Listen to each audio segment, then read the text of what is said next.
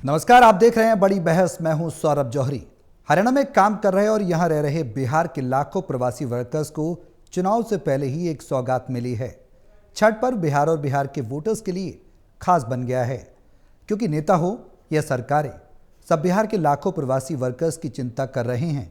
बिहार के विधानसभा चुनाव में हरियाणा से बीजेपी नेता और मंत्री ही प्रचार करने नहीं जा रहे, बल्कि बिहार सरकार के अनुरोध पर भारी भीड़ को देखते हुए छठ पर्व के लिए हरियाणा से एसी बसें भी शुरू की गई हैं। बेगूसराय, मधुबनी, पूर्णिया और पटना के लिए गुरुग्राम, अंबाला और पानीपत से एसी बसें चलनी शुरू हो गईं। वाजिब किराए में बिहार जाना अब बिहार के लाखों प्रवासी वर्कर्स के लिए आसान होता नजर आ रहा है। छठ के बहाने इन मतदाताओं को साधने की कोशिश हो रही है, और ये कोशिश कितनी सफल होती है और क्या कहती है सियासी रणनीति, ये सवाल है।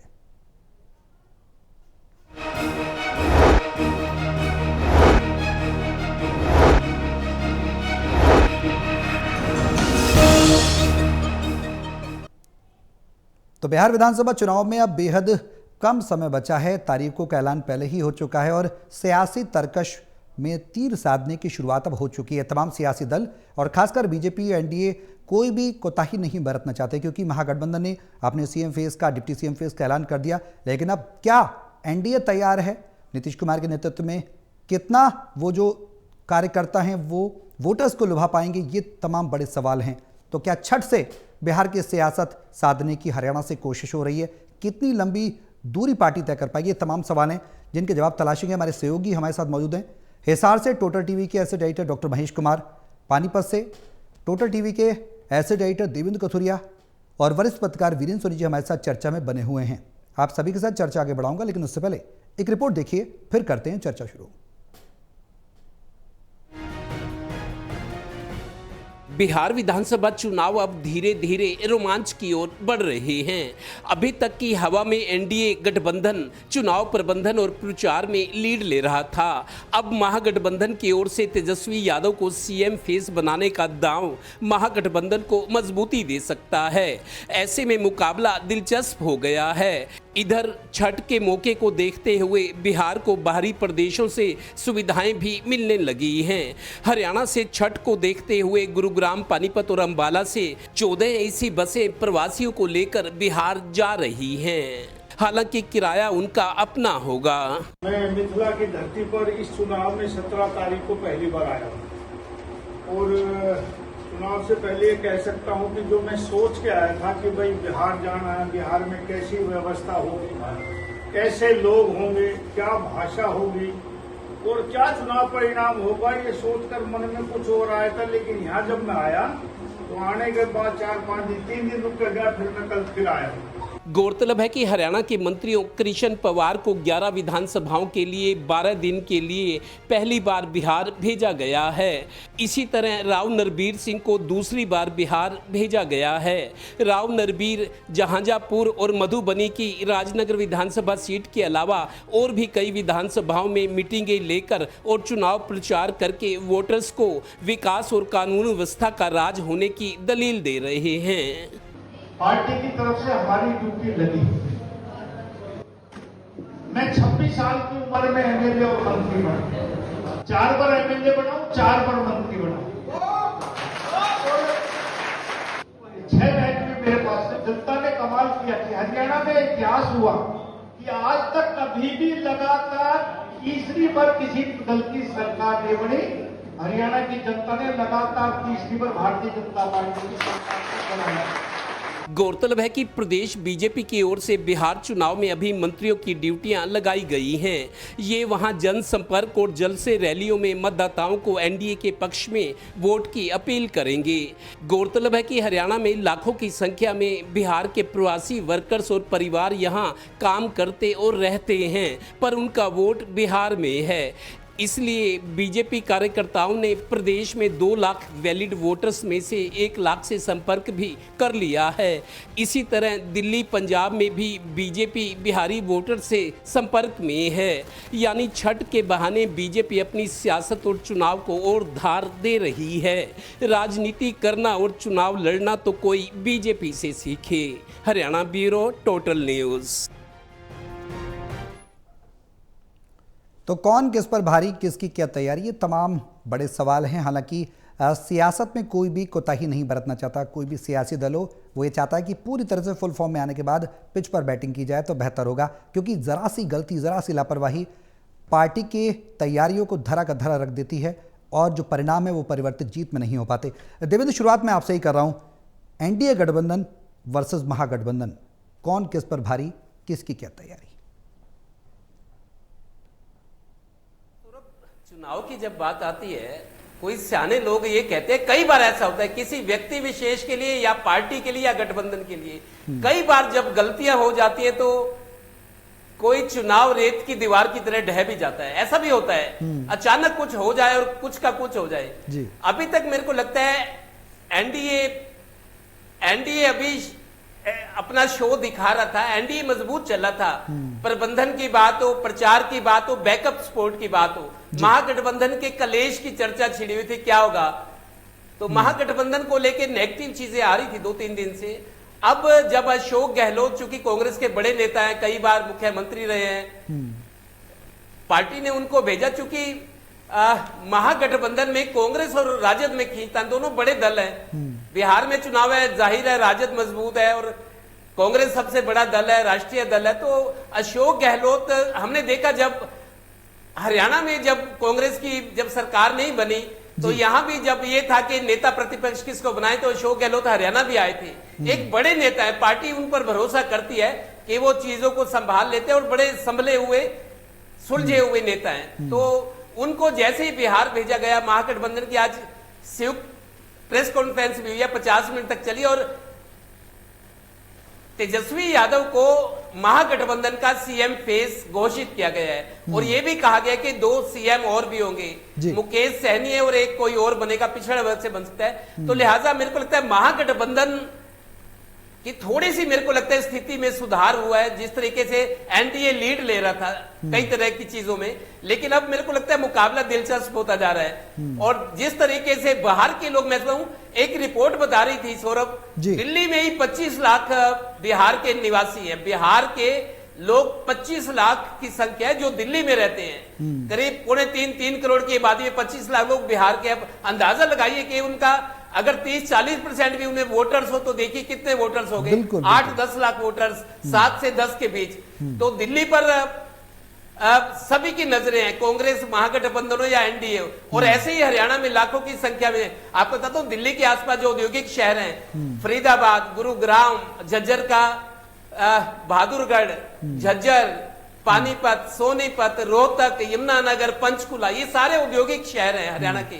और जितने लेबर रहती है, जितने वर्कर्स हैं, उनमें कुछ अच्छी पोस्टों पर भी, मैनेजर लेवल के भी है, लेकिन कम है। तो उद्योगों में बिहार के लोगों की हरियाणा में बहुतायत है और पंजाब में मेरे को लगता है हरियाणा से भी ज्यादा है, क्योंकि खेती के काम में पंजाब के लोग बिल्कुल कह सकते हैं कि अगर बिहार के वर्कर्स ना हो तो पंजाब के लोग अपने हाथ से काम नहीं कर सकते, सब कुछ काम रुक जाएगा, इतनी संख्या है।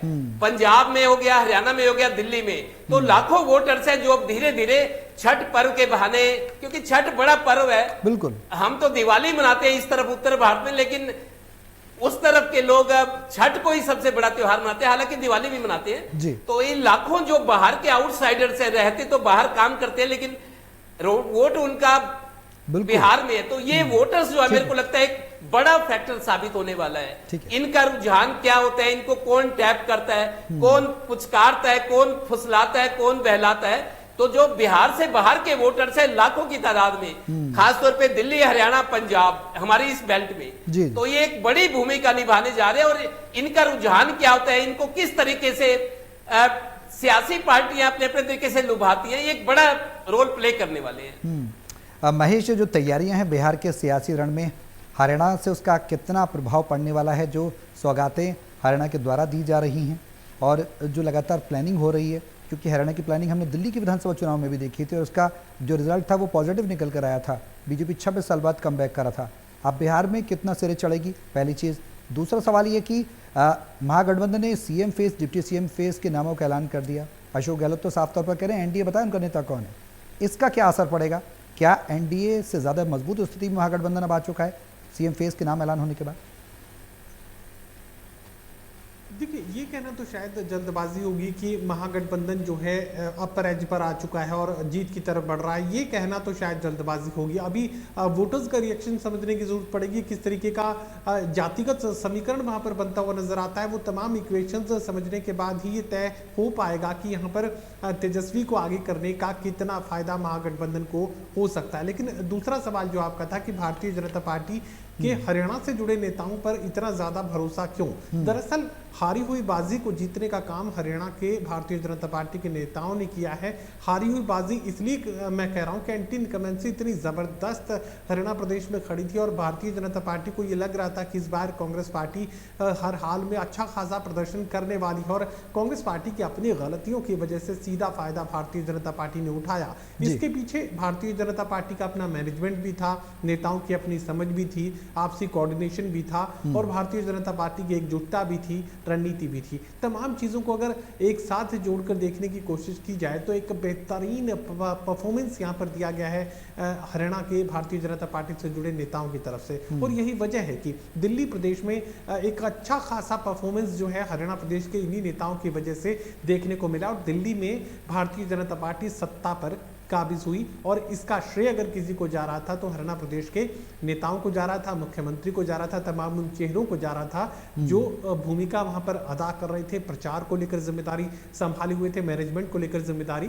संभाले हुए थे। देखिए, हरियाणा के नेताओं की दो चीजें जो है वो स्थापित हो चुकी हैं। एक कि हरियाणा प्रदेश के जो भारतीय जनता पार्टी से जुड़े नेता कार्यकर्ता हैं वो चुनावी मैनेजमेंट को बेहतरीन तरीके से समझ चुके हैं, क्योंकि हारी हुई बाजी वो जीत कर आए हैं और बाजी भी ऐसी जीती कि तीसरी बार भारतीय जनता पार्टी की अपने बूते सरकार बनाकर यहां एक इतिहास रचने का काम कर दिया। तो जिन नेताओं ने, जिन कार्यकर्ताओं ने, जिन मैनेजमेंट से जुड़े लोगों ने इतिहास रचा, वो एक खास जो गुण है वो अपने अंदर इख्तियार कर चुके हैं। यानी भारतीय जनता पार्टी के मैनेजमेंट के फंडे को ये लोग बखूबी समझ चुके हैं, जिसका इस्तेमाल किया गया दिल्ली प्रदेश में, अब जिसका इस्तेमाल आने वाले वक्त में अभी पहले बिहार और उसके बाद पंजाब में किया जाएगा।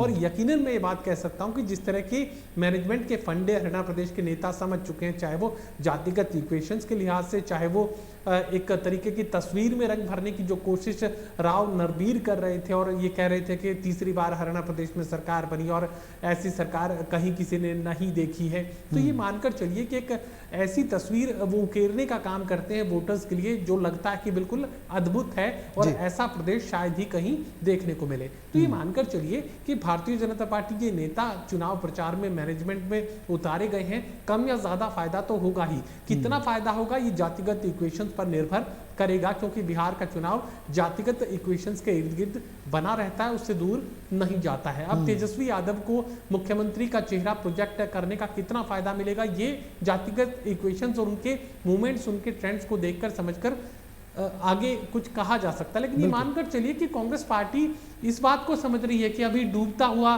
सा महागठबंधन नजर आ रहा था, क्योंकि एकजुटता की कमी थी, आपस में टकराव की स्थिति पैदा हो रही थी और इसी टकराव का फायदा जो है हमेशा भारतीय जनता पार्टी के लोग, एनडीए के लोग उठाते रहे हैं, क्योंकि वहां पर किंतु परंतु नहीं हुआ करता है। और अगर महागठबंधन की बात की जाए तो यहाँ पर बहुत सारे इफ्स, बहुत सारे बट्स, बहुत सारे इक्वेशंस साधने की कोशिश की जाती है, लेकिन इन तमाम इफ्स और बट्स को खत्म करने की कोशिश यहाँ पर अशोक गहलोत की तरफ से की गई है। मंजे हुए कांग्रेस पार्टी के नेता हैं और यही वजह कि कांग्रेस ने अपने आप को एक तरीके से पीछे कर लिया है और बिहार की राजनीति में तेजस्वी यादव के चेहरे को सामने रखकर अब निशाना साधने की कोशिश की गई है महागठबंधन की तरफ से।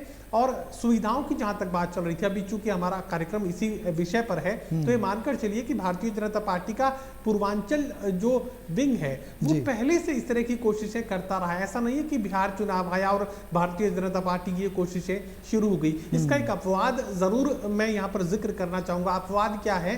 कोरोना काल में जब इन्हीं मजदूरों को पैदल अपने परिवार के साथ रेल की पटरियों पर जो है अपने जरूरी सामान को सर पर उठाए हुए बिहार तक का जो सफर पैदल तय करना पड़ा था, शायद वो तस्वीरें हम तो नहीं भूल पाए, बिहार के लोग भूल गए या याद रखेंगे, ये तो उन वोटर्स पर निर्भर करेगा। लेकिन उसके अलावा अगर कोरोना काल को मैं निकाल दूं तो भारतीय जनता पार्टी के हरियाणा प्रदेश में हम अक्सर देखते रहे थे कि पूर्वांचल से जुड़े, बिहार से जुड़े जो भी लोग यहाँ प्रवासी मजदूर के तौर पर काम कर रहे हैं, प्रवासी जो लोग लोग हरियाणा प्रदेश में निवास करते हैं, उन तमाम लोगों को एकजुटता में पिरोने का काम, छठ पूजा के बहाने उनके बीच जाने का काम, उन्हें एक तरीके से अपने साथ जोड़ने का काम भारतीय जनता पार्टी के लोग पहले से करते रहे हैं। ये ऐसा नहीं है कि बिहार चुनाव आया और संपर्क साधने की कोशिश तेज हो गई। अविनीत जी, क्या कहती है रणनीति, क्या तैयारी है? महागठबंधन की बात करें, एनडीए के गठबंधन की बात करें, ये तैयारियां क्या हैं, सियासी तैयारियां, और कितनी धार देते सियासी जो रणबांकुरे हैं वो नजर आ रहे हैं? भारतीय जनता पार्टी किसी भी चुनाव को बड़ी गंभीरता से लड़ती है और बिहार का चुनाव भारतीय जनता पार्टी के लिए इसलिए भी महत्वपूर्ण है क्योंकि अगले वर्ष जो है 5 राज्यों के विधानसभा चुनाव होने हैं। तो ऐसे में भारतीय जनता पार्टी बिहार में अपना प्रदर्शन जो है उसको सुधारना चाहती है।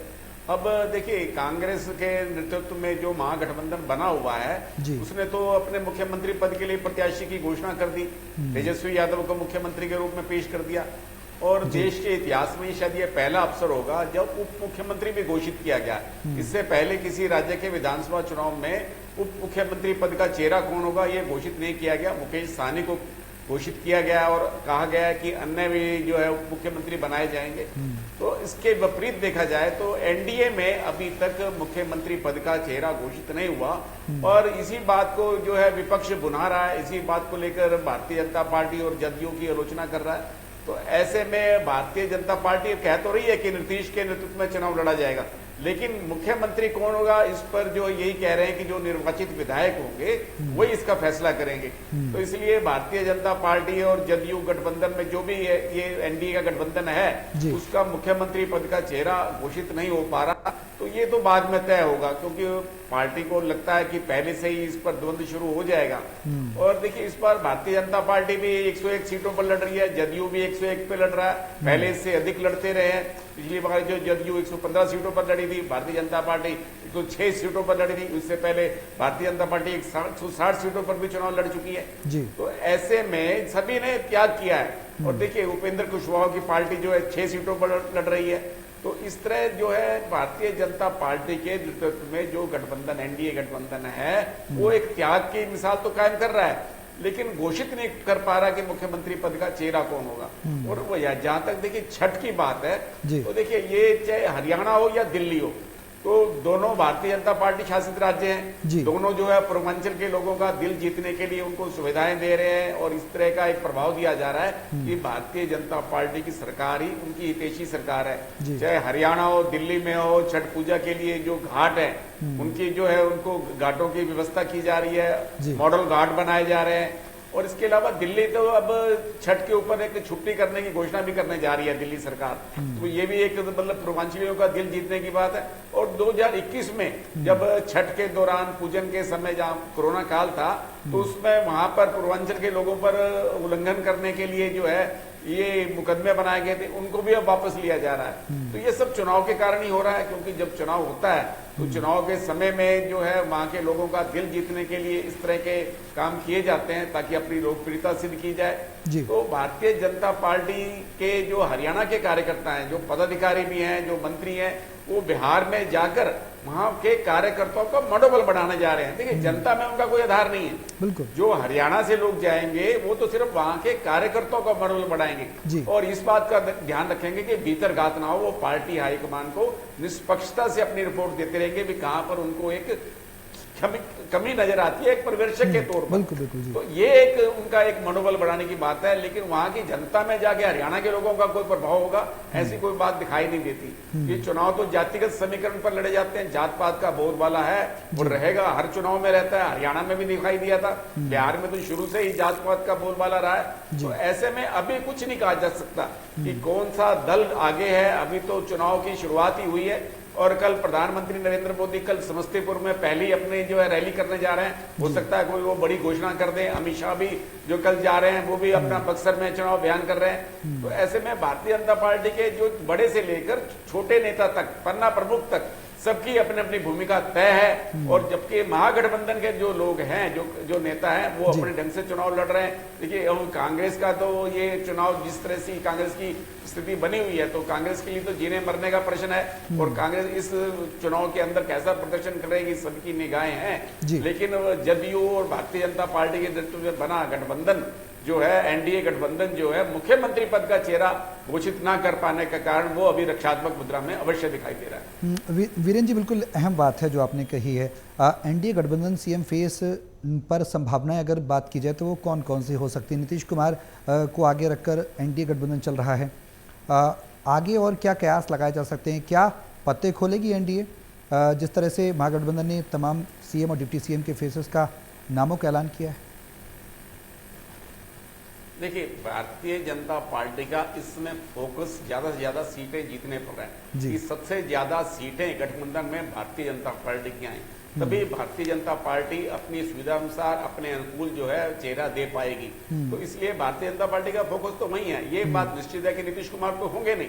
हालांकि भारतीय जनता पार्टी एनडीए कह रहा है कि हम नीतीश कुमार के नेतृत्व में चुनाव लड़ रहे हैं, लेकिन सबको मालूम है कि नीतीश कुमार अब चेहरा नहीं होने वाले, नीतीश कुमार अब मुख्यमंत्री नहीं बन पाएंगे। उनकी जो स्थिति है सबको मालूम है। तो ऐसे में भारतीय जनता पार्टी किसे मुख्यमंत्री घोषित करेगी अभी कोई दावे के साथ नहीं कह सकता। मध्य प्रदेश का उदाहरण हमारे सामने है, हरियाणा का उदाहरण हमारे सामने है, और इस तरह जो राजस्थान में हुआ कोई सोच भी नहीं सकता था, भगवंत शर्मा को मुख्यमंत्री बना दिया। तो वहां भी बिहार में भी भारतीय जनता पार्टी कुछ भी खेल कर सकती है। जो चेहरे जिनकी चर्चा होगी वो चेहरे तो बनते नहीं है। तो भारतीय जनता पार्टी तुरुप के पत्ते के रूप में किसी को भी मुख्यमंत्री बना सकती है अगर सत्ता में आती है। सबसे ज्यादा सीटें भारतीय जनता पार्टी की आएंगी तो निश्चित रूप से जो मुख्यमंत्री बनेगा भारतीय जनता पार्टी से ही बनेगा। तो ऐसे में भारतीय जनता पार्टी सभी नेताओं को यह संदेश दे रही है कि वो भी मुख्यमंत्री बन सकता है, ताकि सभी अपने अपने इलाके में जाकर ये कह सकें कि मैं भी मुख्यमंत्री बन सकता हूं। क्योंकि एक चेहरा घोषित कर दिया जाएगा तो दूसरे नेताओं में जो है एक दूसरे के खिलाफ अभियान छेड़ने की शुरुआत भी हो जाती है, कुछ नेता निरुत्साहित भी हो जाते हैं। तो ऐसे में भारतीय जनता पार्टी कार्यकर्ताओं का और नेताओं का मनोबल बनाए रखना चाहती है, इसीलिए मुख्यमंत्री पद का चेहरा घोषित करने में उसको हिचकिचाहट है। देवेंद्र महेश, समय थोड़ा कम है, संक्षेप में आप दोनों से क्लोजिंग कमेंट चाहूंगा। रणनीति बड़ी है, प्लान्ड है बीजेपी की, एनडीए की यूं कहें तो इसमें कोई दो राय नहीं है। प्रधानमंत्री पहुंचेंगे, फिर अमित शाह पहुंचेंगे, कृष्ण पवार को हरियाणा से भेजा जा रहा है, राव नरबीर पहुंचे हैं। तो छोटी रणनीति के तहत काम नहीं किया जा रहा है, दूरगामी सोच के तहत एनडीए काम कर रहा है। देवेंद्र, देखिए सौरभ, कृष्ण पवार गए हैं, आज ही पहुंचे हैं वो। उनके सूत्रों ने कहा है जो उनके साथ है, मैंने उनसे बात की, उनका कहना है कि 11 विधानसभाओं की ड्यूटी दी गई है और 12 दिन तक वो रहेंगे। आज पहुंचे हैं। राव नरबीर सिंह दिवाली से पहले होके आए हैं, दिवाली वाले दिन ही वापस आए थे क्योंकि दिवाली घर में मनानी थी। दिवाली के बाद फिर चले गए। वो उनको भी कई विधानसभाओं की ड्यूटी दी गई है, मीटिंगे ले रहे हैं। वो खुद बता रहे हैं कि मैं 26 साल की उम्र में विधायक बना था, मंत्री बना। 26 साल की उम्र में चौधरी बंसीलाल की सरकार में मंत्री थे, अब फिर बीजेपी से जुड़े हुए। तो 4 बार कहते हैं मैं विधायक हूं, 4 बार मंत्री हूं। तो उनका मैनेजमेंट बहुत जबरदस्त है। शायद यही वजह है कि पार्टी ने उनको दोबारा भेजा है। दूसरी बात आपको ये कहता हूं सौरभ, हमें ध्यान रखना होगा, बीजेपी ये कहती है, जैसे उद्घोष करते हैं, एक तरह से मैं उद्घोष शब्द यूज कराऊं कि हम एक चुनाव की तैयारी, चुनाव खत्म होते ही दूसरे की तैयारी में लग जाए। जैसे हरियाणा में पर्दे के पीछे आरएसएस ने बड़ी भूमिका निभाई थी, हरियाणा में लोगों के घरों में गए, बीजेपी को बैकअप सपोर्ट दिया। वही स्थिति हरियाणा का चुनाव खत्म होने के बाद, दिल्ली और दिल्ली का चुनाव खत्म होने के बाद बिहार में भी आरएसएस के जो नेता थे वो अलग अलग इलाकों में चले गए, अंदरूनी तौर पर काम किया, लोगों से उन्होंने राय ली कि बीजेपी की तरफ से या गठबंधन की तरफ से कौन सा उम्मीदवार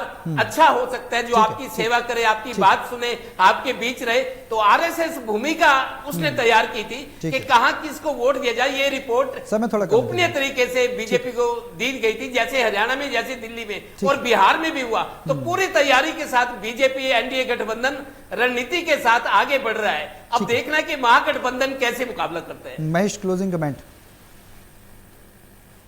देखिए, मानकर चलिए कि भारतीय जनता पार्टी तो एक तरीके का चुनावी कॉम्बिंग ऑपरेशन चलाने का काम कर रही है बिहार में, फिर चाहे वो दिल्ली के प्रवासियों को साधने की बात हो, चाहे हरियाणा प्रदेश के प्रवासियों को साधने की बात हो। और जो हरियाणा के नेताओं को बिहार चुनाव में उतारा गया उसका जिक्र मैंने किया और वीरेंद्र जी भी विस्तार से उस पर बोल चुके हैं कि ये जो नेता हैं ये हौसला बढ़ाने के काम आएंगे, मैनेजमेंट के लिए किसी हद तक इस्तेमाल किया जा सकता है। एक दिन में एक विधानसभा क्षेत्र की तस्वीर बदल दें, उसमें चुनावी गणित को बदल दें, ऐसा इन नेताओं से उम्मीद नहीं की जा रही है। सिर्फ कुछ ऐसा ना हो कि जिसमें पार्टी को में भीतर घात की स्थिति और उसका नुकसान चुनावी परिणाम के तौर पर भारतीय जनता पार्टी को झेलना पड़े, उस परिस्थिति को टालने के लिए इन तमाम नेताओं का इस्तेमाल किया जा रहा है। चलिए, बहुत शुक्रिया आप सभी का हमारे साथ इस चर्चा में शामिल होने के लिए। तो छठ से क्या बिहार की सियासत सदी की लगातार रणनीति तो सियासी दल बना रहे हैं, एनडीए भी इसमें पीछे नहीं है। आगे क्या फायदा होगा, क्या नफा होगा, क्या नुकसान होगा, ये देखने वाली बात होगी। लेकिन फिलहाल बिहार चुनाव को लेकर सरगर्मी तेज है। हरियाणा में, पंजाब में, दिल्ली में भी सियासी दांवपेच खेले जा रहे हैं। कितना फायदा होगा देखने वाली बात होगी। मेरे साथ इस खास पेशकश में भी के लिए बस इतना ही। नमस्कार।